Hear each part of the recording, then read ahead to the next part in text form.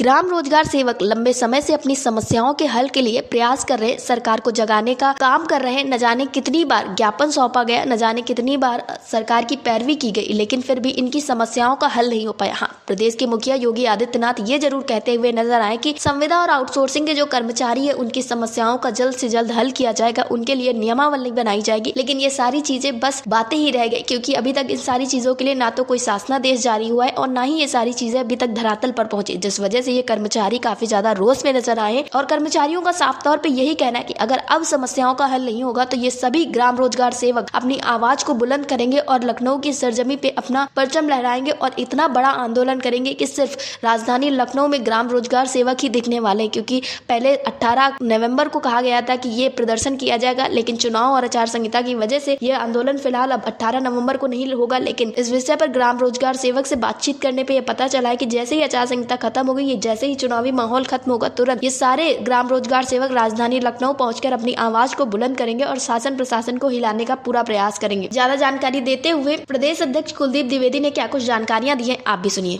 कुलदीप जी, आपका हमारे चैनल अटल टीवी पे बहुत बहुत स्वागत है।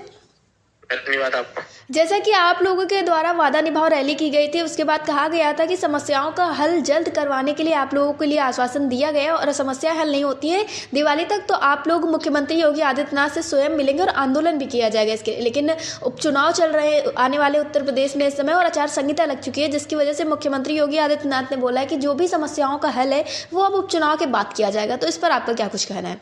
मेरा बस इतना ही कहना है कि जो हम लोगों ने वादा किया है जी, जो हम लोगों ने डेट रखा है जी, उस डेट पर जी, हम लोग अपना आंदोलन फोकस रखेंगे। जी, अगर सरकार को हम कर्मचारियों को अगर कुछ देना है तो वार्ता करें। ठीक है, आचार संहिता लगी है, उसमें आप नहीं दे सकते, लेकिन बैठ करके वार्ता तो होनी चाहिए। जब हमारी और सरकार की बैठ करके वार्ता होगी तभी हम मानेंगे कि हाँ, सरकार हमारे लिए कुछ कर रही है। अभी तो मुझे तो केवल इसलिए ढकोसला सा लग रहा है कि हमको सरकार देने जा रही है। मुख्य सचिव जी का भी हम लोगों को बड़ी उम्मीद है। मुख्य सचिव जी क्योंकि हम लोगों के प्रमुख सचिव भी रहे हैं और आज उच्च लेवल पे हैं।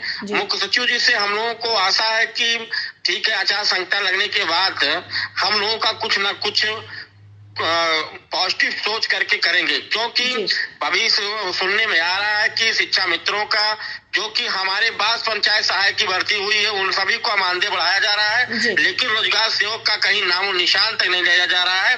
जो कि कोरोना काल में रोजगार सेवकों ने पूरी मेहनत के साथ रोजगार देने का काम किया था और माननीय मुख्यमंत्री जी ने इसकी सराहना भी की थी। लेकिन रोजगार सेवकों के बारे में सरकार की कोई टिप्पणी नहीं आ रही है। ये बहुत ही निंदनीय है, बहुत ही खेदजनक है। जी, वैसे कुलदीप जी, आप लोगों ने कब तक के लिए आंदोलन करने के लिए सोच रखा है?